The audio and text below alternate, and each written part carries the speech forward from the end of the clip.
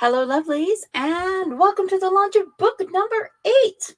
Yes, we are up to book number 8 of Relic of Time Wars, and I am just super excited.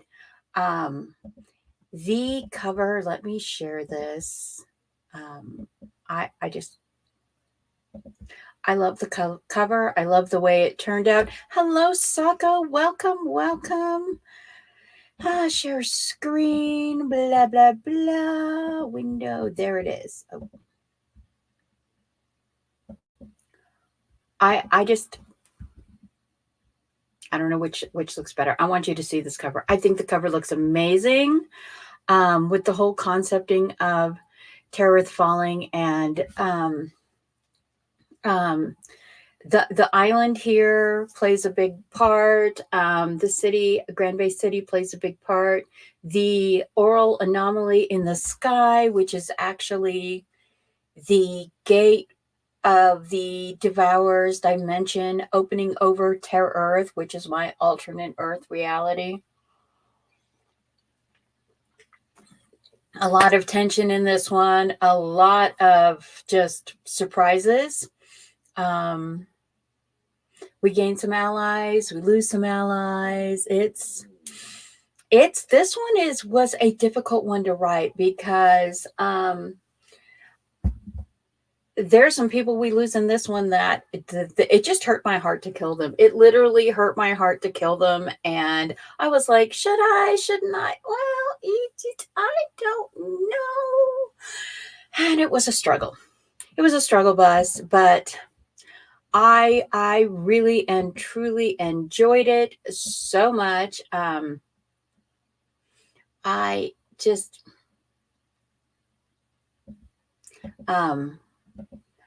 yeah, this book, parts of this book, when I was writing out the whole series, parts of this book were actually written while I was doing Cretaceous Conspiracy. So if you're following the series, you know, at this point, we have Davin and Ezra are now adult paleontologists with families of their own. They have married two of the last 3 Mazoni warrior women, and those are their wives, and they each have children. And Moyra, who is the youngest Mazoni, she is now in her mid-20s, and she has taken the mantle of the Mazoni warriors as herself. And Daisy is working her butt off trying to figure out how to save Terrearth, because they have figured out the Devourer is coming, and he's coming for Mars. Has already been scoured until there's no life left on it. Mars's sister planet was torn apart.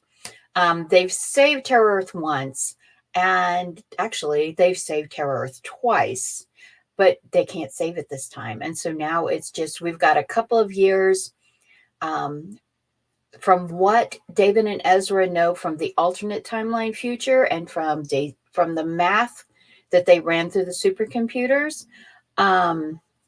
they have a guesstimate of how long they have to save the world, and so that's what they're doing. Is they're just trying to save the world and save as many as they can right now. So it's this one is high stakes, high stakes. Okay, let's see who's here.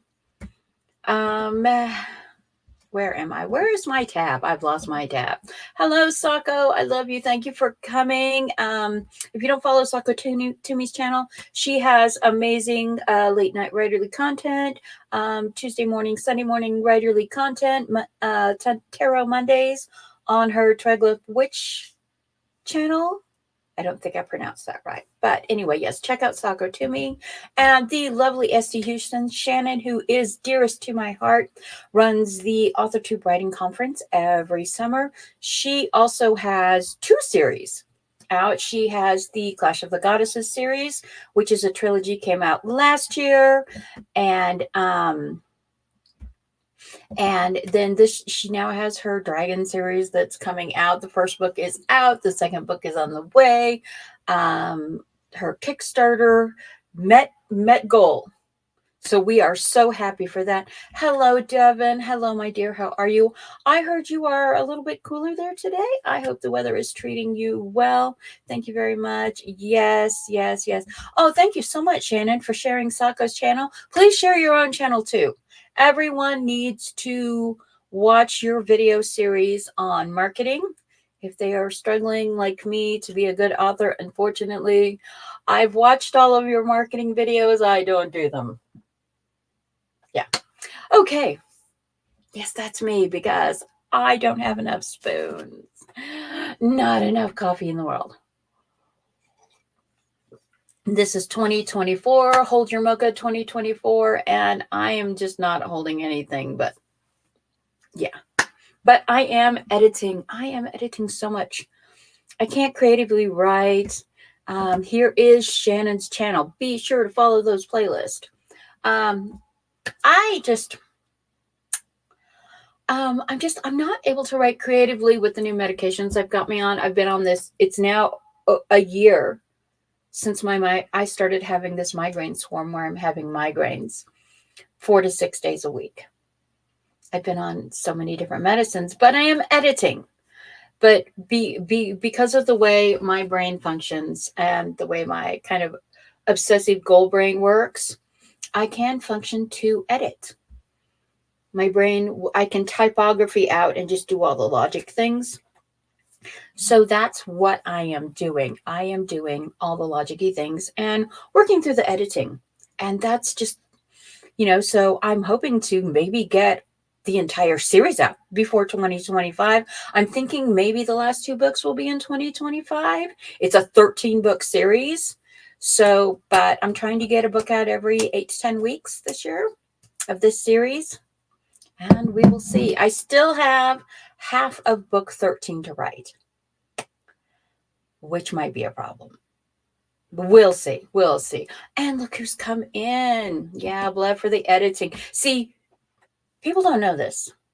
Shannon and I are we think we might be outliers in the writing community because the writing part is the thing we love, the thing we just vomit the words. The words just come like 2,000 to 5,000 words a day. All of the words, all of the world building, all of the story writing. It's the revising and editing where it's like, just stab me. Yeah, not fun. We are the writers, not the writers and editors. Thank you, Miranda. I appreciate it, Rita. I hope you are doing well. Let's see. Everyone is saying hello. Yes, we love drafting. Drafting is the best part ever. But anyway, back to Terrearth Falling. Let me pop over and I will read you the prophecy that goes with this book. And, oh, come on, please open. I'll read you the prophecy that goes with this book and the opening blurb. So the prophecy that goes with this book is, after grieving and wandering, the lost prince returns home, offering hope. after dying and living. The seeing stone guides the children of the light and those who face the gate of darkness. Lord Odini V, House of Odini. So that's the prophecy. And then about the story, two mega companies face off with a world in the balance. In the days leading into the next war and the threatened harvest of the world of their birth, Cars and Daisies must face Damien, who is pretending to be his own son, with resurrected Princess Lubidra at his side, as the new heads of Neimad Global, against the mandates of the United World Council government controlled by Damien's shills. Daisy, Davin, Ezra, and Moyra can only prepare the colony worlds given to them by Cars and encourage the citizens of Terrearth to flee while gathering samples of all its ecosystems for Epoch Research Industries to store. Surviving the assassins sent after them is the easy part. During the last days of Terrearth and the first days of the next war, not everyone is who they seem, and not everything is what it appears. The harvest is coming, and the devourer shadow entity desires only to be sated on the biomass and life glow of those who serve the light. Dum dum dum. Yeah, okay. Yeah, it's kind of campy. I know, but it's an action. It's action. It's an action movie. So yeah, that's what I'm doing. I'm doing the exciting thing. All right. Oh, thank you, Shannon. Thank you for sharing the book link. Yes, Terrearth Falling. This is the link. You can get it today. It went live today. Also, all this week I have been offering the books earlier in the series and the prequel series at the free rate, because you get a couple of free days per year. And so I'm kind of saving them to have one free day per launch period. So yeah, I've hit my cycle. I've hit my create date. So I have five I have 5 free days for all of my books in this series coming up. So I can put them up for one free day every week. Every time I launch one book, I can put all of them up for a free day. Today, actually, the first 3 of the Huntsman of Adamos quartet are free. So if you go to Kindle, let me turn on my old, yes, I have a very old Kindle. Come on. And you type in Huntsman of Adamos in the search line, it will pull up the Huntsman of Adamos quartet. The Huntsman's Honor, the Huntsman's Heart, the Huntsman's Hatred, and the Huntsman's Horror. These 3 books, the first 3, are free today. This one, the Huntsman's Horror, will be free tomorrow. So, again, just type in Huntsman of Adamos in the search bar for your Kindle and get your free books. Save yourself. I think they're $2.99 each, so you're saving yourself $12. Stuff your Kindle with some science fiction, action, adventure, fantasy, with a little bit of romance. No, my books are not available on Kobo or BookFunnel, but if you hit me up on my Ko-fi, I can send you a Mobi file. I can send you the type of file you want. I do have a Ko-fi page. I will put it down in the link below. What is my Ko-fi? Ko-fi. Copy. And the lag is going to make it weird.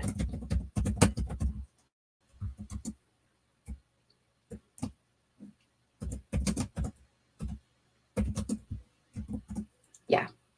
If you hit my Ko-fi, I will send you I can send you an ebook copy, a Mobi copy, a PDF copy, whatever one makes you happy. Kindle, it's the Kindle switched from Mobi files to ebook files, but like I have like a very old one. I have like this one is probably 6 or 7 years old. Um, so it still takes the Mobi files. So I actually convert things into this. Kindle will read whatever you're using and automatically convert it between Mobi and ebook. But I do have a program that also will convert from ebook to Mobi and back and forth. So that's nice. If you don't have to use Kindle if you don't want to, I have all of these alternate ways to get my books. And if you just like message me on Ko-fi today, because they're free books this week, I will send you the free ones because yay, free books. I get way too excited about things. Sorry. Let's see what else. Sorry, I have a hair. My hair is all kind of fluffy today. We're having a very, very warm day in Colorado. It is already like 50 degrees where I live, which is extremely strange because we're all going, isn't it supposed to be like 17 degrees in like 3 days? And we're just like, yeah. But this is what happens in Colorado. The temperature goes up, the temperature goes down. Mother Nature does not know if she wants a hot chocolate or she wants an iced sangria. We call it sprinter for a reason. Anyway, okay. Let's see.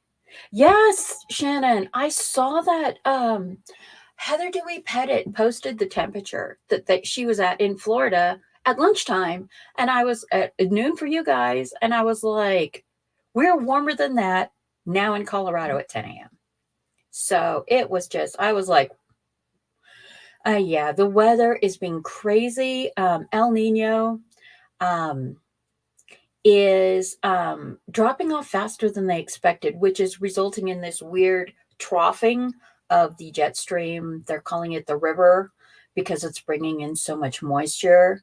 Not to mention the fact that they have now moved the dates, proposed dates of the solar maximum. They were saying it was going to be in 2025, and now they've like slid it back 6 months. 6 to 9 months, and they're thinking that the because of the rapid increase of solar flares and sunspot activity, because we had 3 X flares in a week in February, and we had 2 more last week. So they are actually thinking that the solar maximum might be somewhere between like late summer and early autumn, like July, September through October, somewhere in there. So yeah, that's going to be very interesting for our extremely electronics heavy planet. And it's very interesting. In one of the later Etheria books, I do so much. I'm such a geek. I'm such an astronomy geek. I actually put in the calculations for how long it takes for the Relic of Time to travel. I have all these different planets that I've studied. There's one planet that they visit that they're not going to they find it, but they can't actually live on it because the electromagnetic radiation from the gas giant that is closest to it.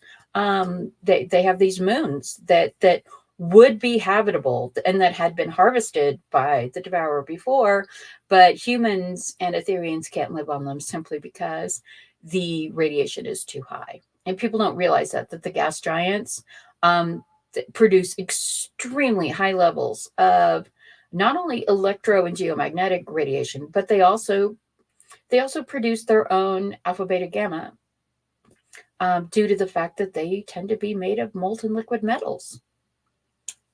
But yeah, more science geeky facts. And I am rambling now. Okay, where are we? Let's see. What did I have on the list? On the list. Okay. So we have what is it? How many pages do we have? Let me go to the bottom. We have 327 pages. So anyone who wants to put in a page number, I will read a paragraph from that page. Or if you have questions about the previous books, I will be happy to answer any questions or anything. I was hoping that TDM could join me today, but she ended up having to go on duty, and she did not think that she was going to be able to get her lunch break in time to join us for this. All right. All right, page 16. Let's go down.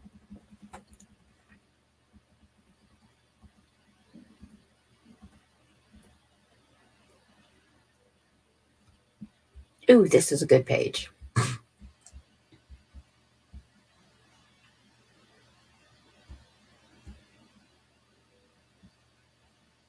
Damien looked up, and Daisy cringed behind a taller person in front of her. Darcy stepped away and shoved the belligerent man into a group of angry people. Stop! Damien's voice rang before his supporters could hurt the man. I know my father paid for most of you to go attend college. Please, this is not what he would want. Sir, what did those men who ruined my father's legacy do to you? His gaze lingered over Darcy. She gave a slight nod, knowing he recognized her even with her disguise.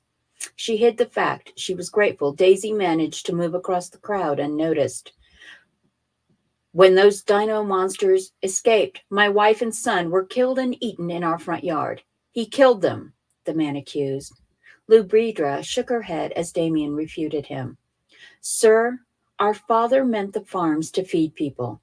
He set up the contracts, so Neimad Global paid all the cost. It was the board of directors who sent the faster-growing carnivorous dinosaurs to the farm.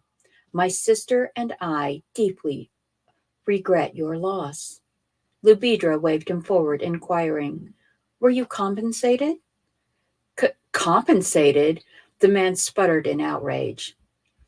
What Demandra means is there anything we can do for you now? Damien asked magnanimously, trying to divert from Lubidra's faux pas. With Damien's attention fixed on the man near Darcy, Daisy slipped out after Darcy made a slight hand gesture, the one they used to silently warn each other when an orderly was coming. Daisy knew if Darcy even thought of her, Damien might sense it, so she got away quickly. In the lobby, Daisy stopped in front of a poster for a charity ball the children of Damien Neimad Sr. were hosting at their Western corporate headquarters. It was for the rich and famous of the West Coast elites. The monetary donation required to attend was a year's salary for the average person. But what was most annoying was only deep red dresses and black tuxedos with red accents were allowed. Her hands itched to tear the poster from the wall. Instead, she pulled out her cell phone and clicked a picture. Then she crossed the lobby and entered a door on the opposite side of the auditorium from where she started. Darcy remained in the balcony above with the man who caused the problems. The fact Darcy had not left the upper level revealed to Daisy that Damien recognized her, even disguised as a young man with a goatee. Damien was still stalking. He insisted, Sir, I assure you, and everyone here, and all those watching on social media, my sister and I, like our late father, only have the best interest of the global community at heart. Blinking slowly, her way of rolling her eyes, Daisy wanted to call him out. Instead, she sat down and held up a tablet to record his speech and to hide her face. After an hour, the press conference wound down, and Daisy was sick of hearing Damien's voice.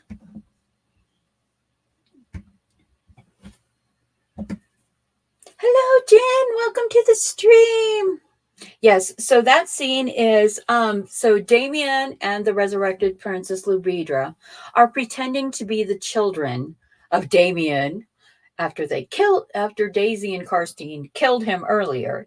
Um the shadows resurrected him, and now he has used Daisy to resurrect Lubidra. And so they're coming back to Terrearth to reclaim their late father's stolen um, political corporate empire. So he's having a press conference. He and Lubidra as Demandra Neimad are coming out to reintroduce themselves to the world. And so Daisy and her friend, her Damien's pet assassin is Daisy's best friend from childhood. So I know that seems weird, but Damien, in an earlier book, much earlier book, you find out how Darcy and Daisy met, and it makes sense why Damien's pet assassin is Daisy's best friend. And so they're going through it, and they're at this press conference, and things happen, and after the press conference things happen. And basically, yeah. Okay, so Miranda would like page 35. Let's go down.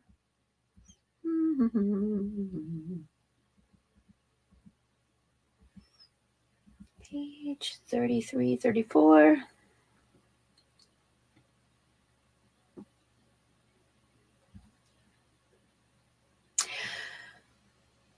Page 35, Etheria. Daisy stomped through the portal center at the top of the temple. She gave a quick wave to Guardsman Sebastian, on guard duty. Welcome home, Lady Oracle. Are you unwell today? I'm just a little peeved. Nothing a training duel won't solve, Daisy almost growled. Sebastian's eyebrows shot up. I, decline? He answered hesitantly. Then she shook her head, giving him a slight smile. You're sweet, but I already have a victim. Have a good day, Guardsman, and congratulations on passing your evaluations with such high marks. Sebastian bowed. My lady is too kind. As she marched to the Etherian Training Center, Daisy saw Lars running some of the novice guardsmen and human soldiers through their physical training. Skill, endurance, and strength were emphasized since they were so few to fight. My Lady Oracle, you honor us with your presence, Lars said smoothly. Daisy nodded, but she looked peeved. Thank you, Lars.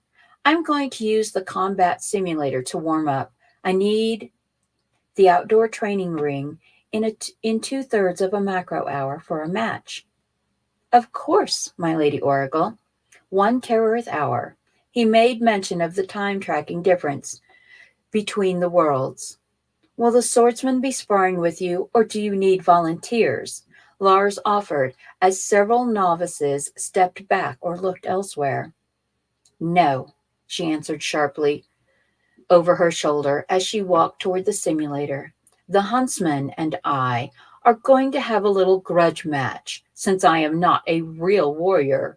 She made air quotation with her hands before setting up the simulator. Lars's eyebrows shot up in surprise. I will make ring 3 available, my lady. He bowed slightly, watching her enter the simulator, then quickly mind-linked his brother and Colby to come, before he sent a thought to Rima to message the Guardian on Terrearth. 10 minutes later, Shads walked into the training center and caught Lars's eye as he grinned broadly. His friend looked surprised by his outward display of emotion. Lars inclined his head toward the simulator. Moyra and Asha were smiling and laughing as they walked toward the observation level. What is going on, Shads? Lars asked in concern. It was centuries since he witnessed the Oracle's anger and the vision of the Lucius IV event.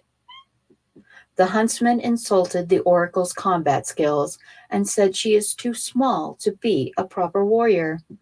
Speaking in his deep monotone, Shads smirked malevolently, because he knew what was coming. Lars's jaw dropped. Then he laughed. That's what she said, but I wasn't sure I heard correctly. Why would he challenge her? Is she going to kill him? Asha's voice interrupted. Shads, come up. Novices to the observation level, he bellowed. Then he and Lars bolted up the stairs. Below, they saw Daisy fighting the glowing Sims. Quickly, more warriors arrived to watch. Moyra manipulated the parameters. She said into the mic, Sim shift in 5 seconds. And so that is page 35 and 36. Daisy built them a holographic simulation to train in, which it's called the Simulated Combat Holographic Instructional Trainer, or the SCHIT. So I had a little fun doing that an acronym there. That was fun. And since the Ethereans don't have video games, Daisy basically built them a 3D virtual video game. And in the previous book, there's some explanations how they use bands for their wrist and arms, and they wear a vest on their chest and a helmet, and they have leg bands that they wear so that as they move, the moving magnets in the wall will pull on their weapons.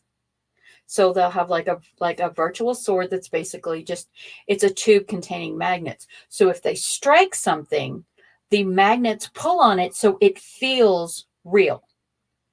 And if they are struck, the bands that they're wearing, the helmet, the gear they're wearing, will give them a little zap, because leave it to Daisy to make combat training as realistic as possible.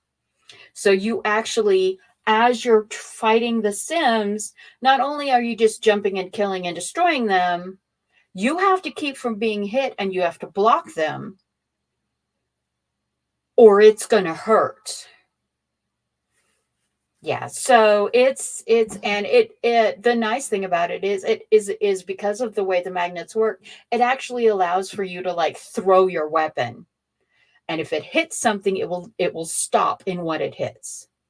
So yeah, that was a whole chapter and a half of them setting up SCHITs on 2 of the colony worlds for training. Yeah. Miranda, the prequel series books that are free today, those books are actually from the First War, way back in the distant past. The first 3 of the series are about Ezra, Davin, and Kars resurrecting the dinosaurs, and then Daisy comes on the scene, and they all meet and become a group together. Daisy shows up in a little at the end of book 2 and in book 3. Book 4 is when they go back to save Terrearth the second time from the Devourer's Shadows created a synthetic ice apocalypse. They're using ice ages to kill planets. And book 5 is Daisy's time rebuilding the Etherean Empire. It spans about 400 years. Time-wise, it's the longest period of books. Besides the Huntsman's Honor, which covers almost 1,000, which covers 1,000 years. And then you get into you catch up. So we're moving through time. And the one thing about this series is there, as you're reading through it, you find these repeating events, but the repeating events are slightly different. And here's why. You have one group that is moving straight forward in time, and you have one group that's hopping back and forth. And another thing is time is not finite. And so Daisy is going to be Daisy, after they rescue Caleth's brothers and sister-in-law in Allies of Dust, you start to learn that the things that are remembered, the things that were learned in the ancient past that were predicted by the ancient oracles are not quite what's going on now. And that's because time is not finite. Time is not a set thing. Time shifts and flows like a river, and a single stone can divert that flow. And there are some mad consequences. At the end of the Relic of Time and Prophecies, you see some of the mad consequences of if you frick up time. And 2 books after this one, you're going to see another mad consequence of when you frick up time, and the choices that have to be made to keep the timeline where it has to be. It's one of those Marvel moments where, it's like there is this narrow window of opportunity to save everything. And so basically, yeah, it's a constant battle. And like for the Huntsman series, actually, book 1 happens, book 2 starts with Daisy we're reading about now. After the war, she chases in book 13, they're chasing the shadows through time because some of the shadows escaped the last battle. They're chasing the shadows through time, trying to make sure they don't stop the future victory, because those with the relic aren't the only ones who can travel through time. So it's a game. It's a poker game. And basically those who control time control not just the destiny of a handful of worlds, but literally the fate of the universe itself. Because the ancients made a mistake when they decided to imprison the devouring entity instead of killing it. They made a mistake to spare it because it was the last of its kind, and they believed they knew better. And now hundreds of worlds have been harvested. Tens of thousands of years have passed. And now we're back in a place where the devouring entity is on the verge of escaping its prison. And so book 13 is the jump back, and you get the last 3 of the Huntsmen, and then from there you have to go back forward. And writing time travel is hard. I have almost 50,000 words in a world building document. Okay, let me check the time. All right. So, thank you everybody for coming today. Thank you, Jen. I appreciate all the support for the launch. I'm going to be hopping off so everyone can have about a 20-minute break before the writing streams start again. I believe the Dawdling Writer is next. Jules will be coming up at 1 o'clock her time, 12 o'clock Eastern, 1 o'clock her time, or 1 o'clock Eastern time, 12 o'clock her time, 11 o'clock my time.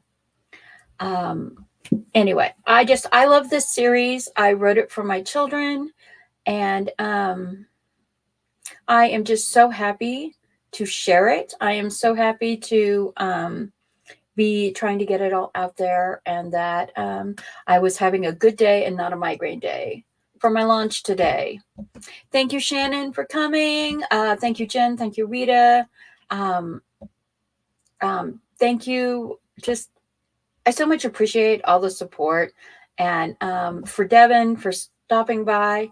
It means so much to me to be supported by my lovely fellow author tubers and to be able to just share